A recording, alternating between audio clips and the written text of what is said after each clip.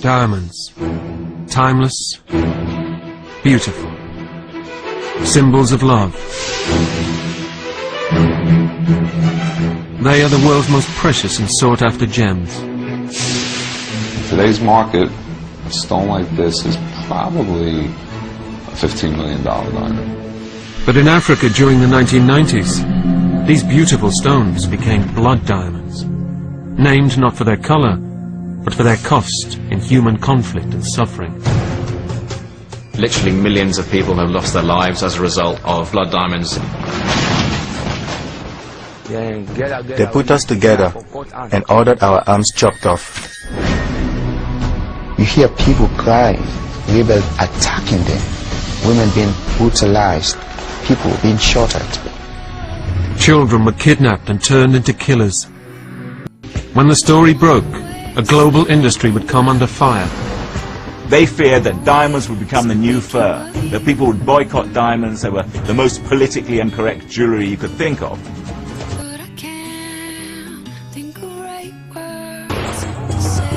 In Sierra Leone in the 1990s, RUF rebels used revenue from diamonds to fund a brutal civil war. At the beginning of the 90s, they needed money for arms, and so they strategically decided to take over the diamond mine. Often, deals were done without cash even changing hands. Arms dealers would fly in and would directly negotiate arms for diamonds. They would bring their diamond evaluator with them. There would be no cash. This was simply a diamond for arms transaction. Those diamonds went straight into the market in Antwerp, and they got an enormous amount of money for them. The war was funded in one part by the sale of diamonds extracted by people often in conditions of enslavement. And they had little trouble finding buyers for their illicit stones.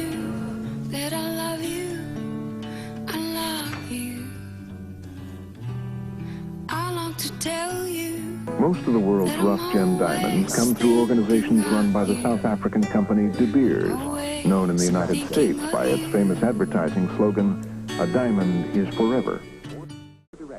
Fewer than 200 diamond merchants qualify for a site, the privilege of buying directly from De Beers. Everyone else must buy in turn from them. When we're site holders, we get a site every 5 weeks from De Beers. If you can come up with a huge sum of money, it certainly would not qualify you to be a site holder. It's rather the man that started 25 years ago with very little, with 1 or 2 cutters who has 15 or 20 now here, and who was constantly on the scene buying, and he's the man who means to stay here with his children to follow him. He's the man that qualifies to be a site holder. It's like being admitted to a club. The headquarters of that club is London. Because it is a virtual monopoly, De Beers cannot operate legally in the United States. All site holders must travel here to buy their rough gems, to a building known only as 17 Charterhouse Street. This is a fortress where 80% of the world's gem diamonds are sorted, graded, and sold.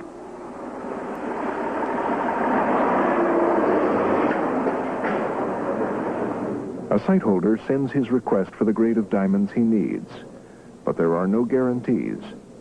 It is De Beers that decides whether or not he gets them.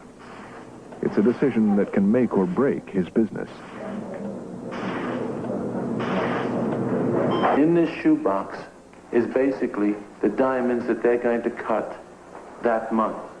And in this mixture of diamonds, there are large diamonds, there are small diamonds, there are colored diamonds. There's what De Beers wants to be on the market. So they distribute to the cutters what is in short supply and withhold from the cutters what is in abundance. So they control the market through this. And there are all sorts of hidden signals in this box. Like if suddenly the site holder, as the person's called, gets many diamonds worth hundreds of thousands of dollars, he'll know he did a special favor and he's being rewarded for that favor. On the other hand, if he finds he's been given a large number of uneconomical diamonds to cut, he'll he'll realize he's fallen out of favor.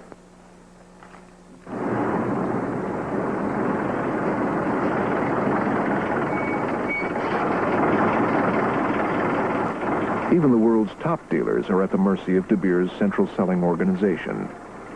William Goldberg usually has special requests alongside the ordinary stones, but even he does not know what to expect. Right. Here are the regular goods and 2 boxes of specials. Thank you. So we'll see you later. Right. Thank you very much. See you later now.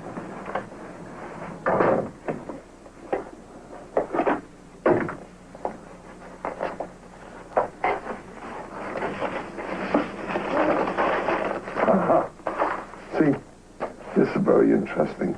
These are greens that come from Botswana. And this is a regular cut and dried bread and butter item. And quite often, these are priced in such a way that there's very little profit to be made on this goods. For whatever reason, at any given moment, they make a policy decision. I've been very angry and cussed a lot and been very upset. But that's how the cookie crumbles. I have no options. What can you do when that happens? Just cuss and fret and look forward to the next, that things will change at the next site. Can you leave all that on the table and say, I'm not interested, I'm not going to make a profit this month? Can you do that?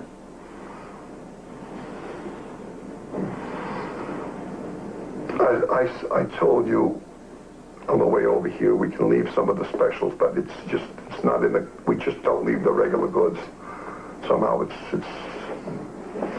doesn't work that way. De Beers had dominated the market in African diamonds for 100 years. Their philosophy was simple. Control diamond supply, and you control prices. We have an idea that diamonds are rare, but they're not. What created the value in diamonds is withholding the supply, making sure that the supply is regulated and there's never a flood of diamonds on the market. That's one thing that De Beers did right from the beginning. With supply under their control, De Beers, under the inspired leadership of their chairman Ernest Oppenheimer, launched a brilliant ad campaign in 1948, designed to increase demand. His genius was in coming up with the advertising campaign that made a diamond synonymous with human love, and in particular, the rite of marriage and engagement. Because he rightly concluded that he could get people to pay quite a bit to buy a diamond in order to pledge their love. But the blood diamond scandal that Global Witness unleashed threatened the De Beers business as never before. In 1998, Global Witness published an expose on conflict diamonds, entitled A Rough Trade. The reaction that Global Witness received from the publication of our report in '98 was explosive.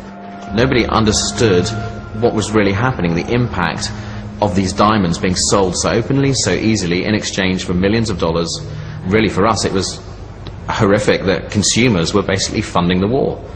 What Global Witness did was to expose this diamond ring, this act of love in the West, as being intrinsically linked to a bloody conflict somewhere in Africa. In fact, far from expressing love, it's actually joined up to a chain of commercial transactions that started with someone getting killed or maimed through an act of war. Many people believe that the RUF actually had a genuine cause, a grievance against the government. The so-called legitimate government of Sierra Leone squandered the diamond revenues. They stole the money that should have gone for development. No money was going back to build schools or hospitals. The infrastructure in Sierra Leone was atrocious. When they launched their civil war, their first objective was the lucrative diamond district of Kono. Sanko's rebel army brutalized all who stood in their way. While they were fighting diamond, the rebels insisted on having diamonds.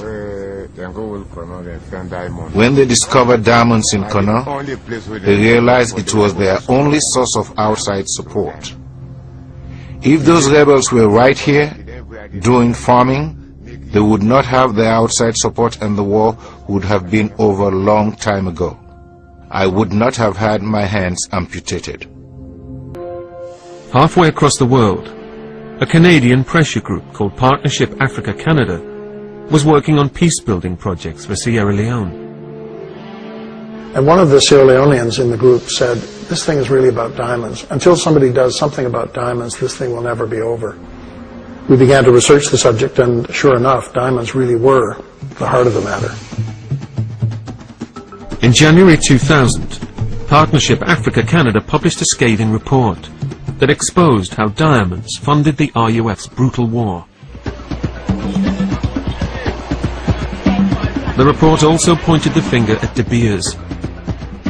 Although they'd closed their Sierra Leone office in 1985, the report claimed that De Beers were almost certainly purchasing Sierra Leone blood diamonds unwittingly, after they'd been smuggled out of the country.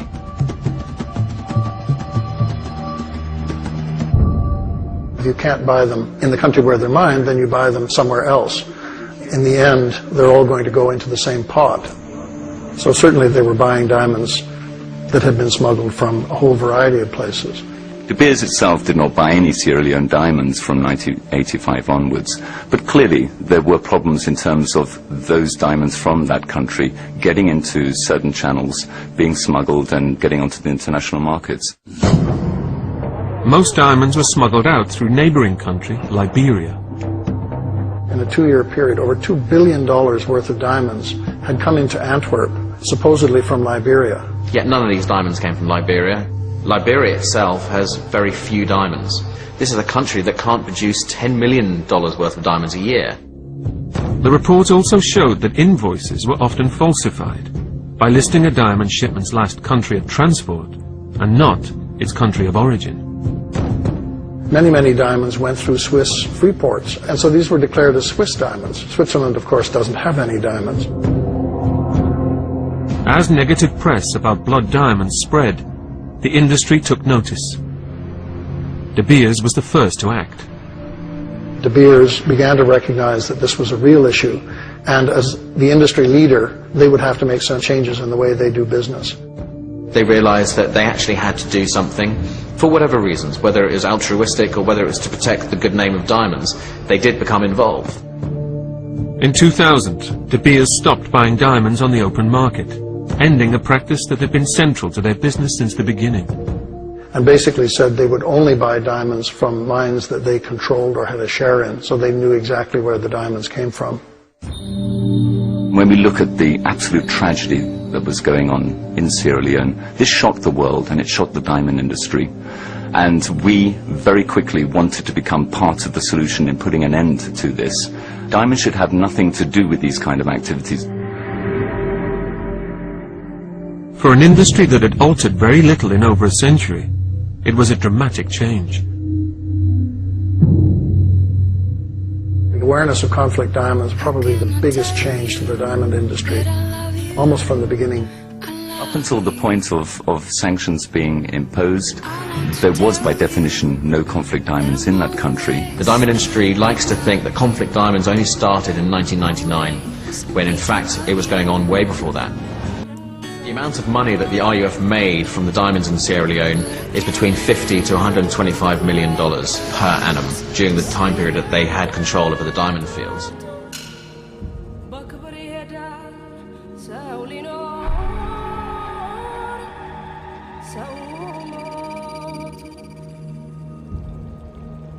የተሰጠኝ ሕይወት ዛሬ